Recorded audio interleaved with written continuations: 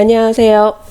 공학박사입니다. 오늘은 8월 15일 목요일이고요. 현지 시각 기준 14일 수요일 뉴욕 증시 해외 선물 시장 어떤 흐름이었는지 시황 정리 시작하겠습니다.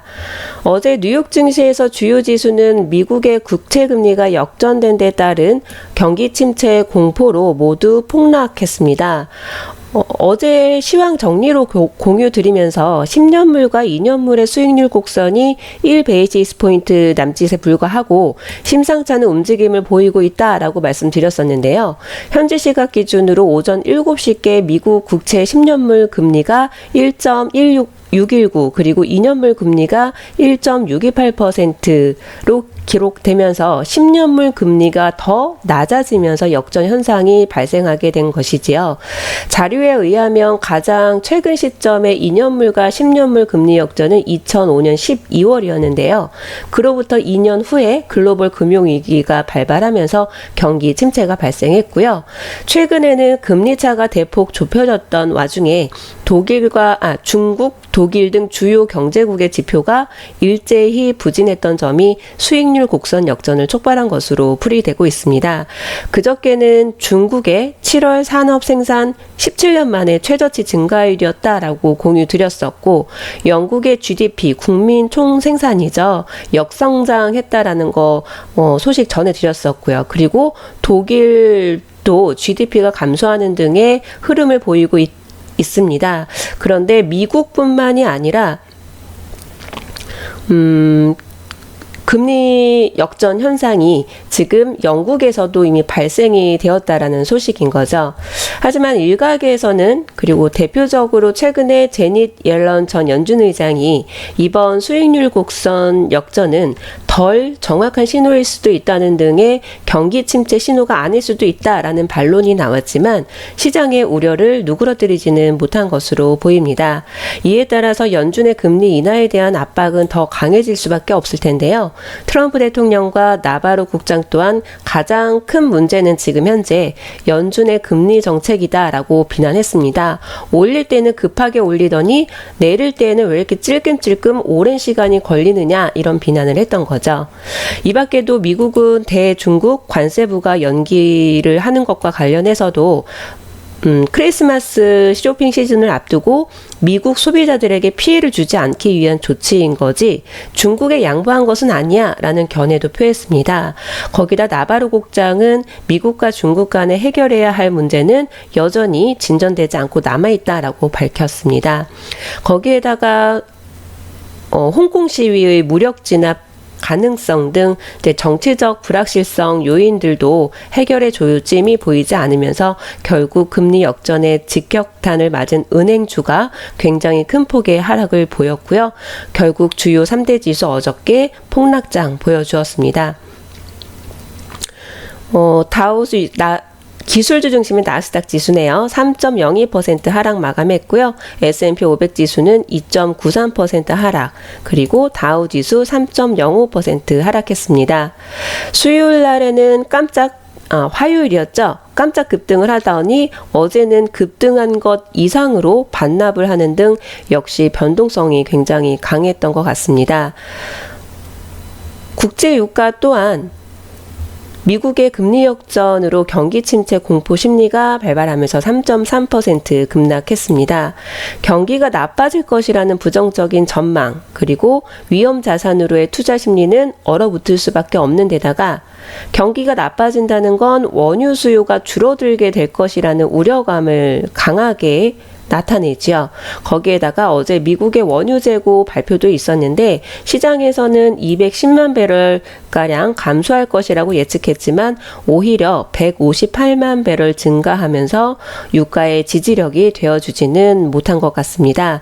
다만 휘발유 재고가 약 141만 배럴 감소하고 정제유 재고는 194만 배럴 줄어들면서 수요 둔화에 대한 우려를 다소 경감시켜 주기는 했지만 거기다 또 최근에 급등했던 데 따른 단기 차익 실현 움직임도 있었을 테고요.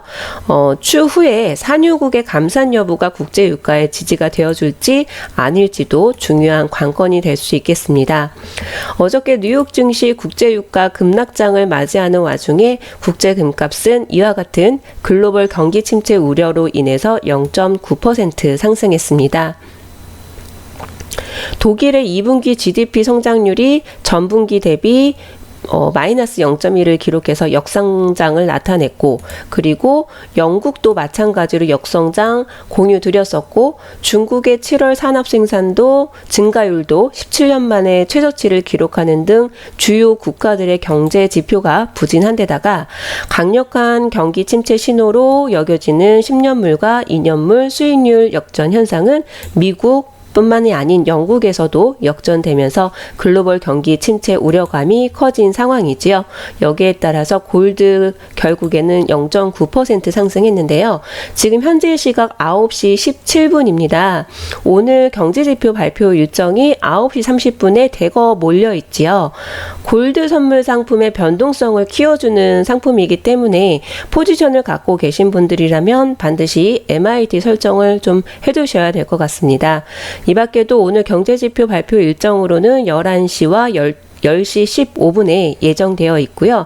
현재 시각 기준 크루드 오일을 보면은 우선은 시간봉을 보면은 매도존과 매수존 아래로 향하고 있습니다.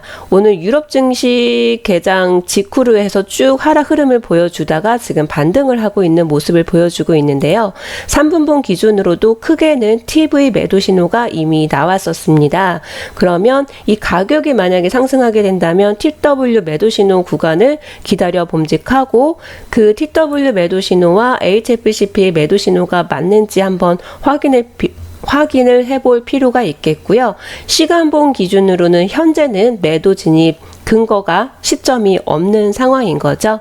그렇다면은 지금 현재 9시가 좀 넘었으니까 10시에서 11시 사이에 시간봉과 3분봉 기준으로 해서 매도 신호가 나온다면 매도 진입, 매수 신호가 나올 수도 있는 거겠죠. 앞으로 1시간이 넘게 남아 있으니까요. 그래서 제임스 대표님의 매매 기법을 공부하시는 분들이라면 지금은 3분봉 기준으로 TV 매도 신호가 나왔었구나 라는 것들 보시다 보면은 차트를 보고 읽는 거죠. 그리고 CP 기준으로는 어디가 매수 진입 자리인지 이런 것들을 직접 확인을 하시는데, 시간봉도 함께 참고를 하시면 안정적으로 수익 내시는데 크게 어렵지는 않으실 거예요. 지금 나스닥도 오늘 마찬가지로 좀 크게 하락하는 모습을 보여주다가 보시면은 매도존과 매수존 모두 다 우하향이에요. 시간봉 기준으로는 지금 매도 진입을 해도 틀린 진입은 아니고요. 하지만 이제 뉴욕 증시 개장 직전으로 이제 변동성이 있기 때문에 그 시간대에 거래를 시작하시는 분들이라면 시간봉을 한번 참고를 하시면 좋겠지요. 그리고 3분봉 기준으로의 차트입니다.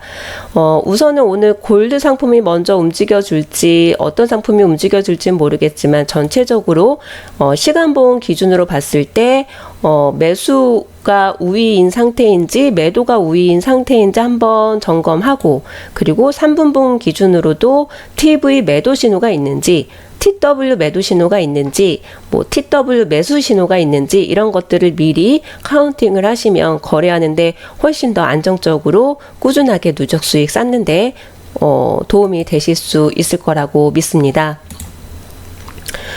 요즘처럼 변동성이 큰 장에서는 특히나 물타기, 손절빼기, 뇌동매매, 몰빵 이런 것들은 패가 망신하게 된다는 것 아시지요? 변동성이 그나마 크지 않은 장에서는 가랑비에 옷 젖듯 패가 망신하는 거고요. 변동성이 큰 장에서는 5G급의 패가 망신이 되는 겁니다. 절대로 하지 마시고요. 오늘 광복절인데 국기 개양들 다들 하셨는지 모르겠네요. 남은 시간 평안한 시간 되시고요. 오늘도 근거 있는 진입과 청산으로 성공 투자 되시길 응원하겠습니다. 감사합니다.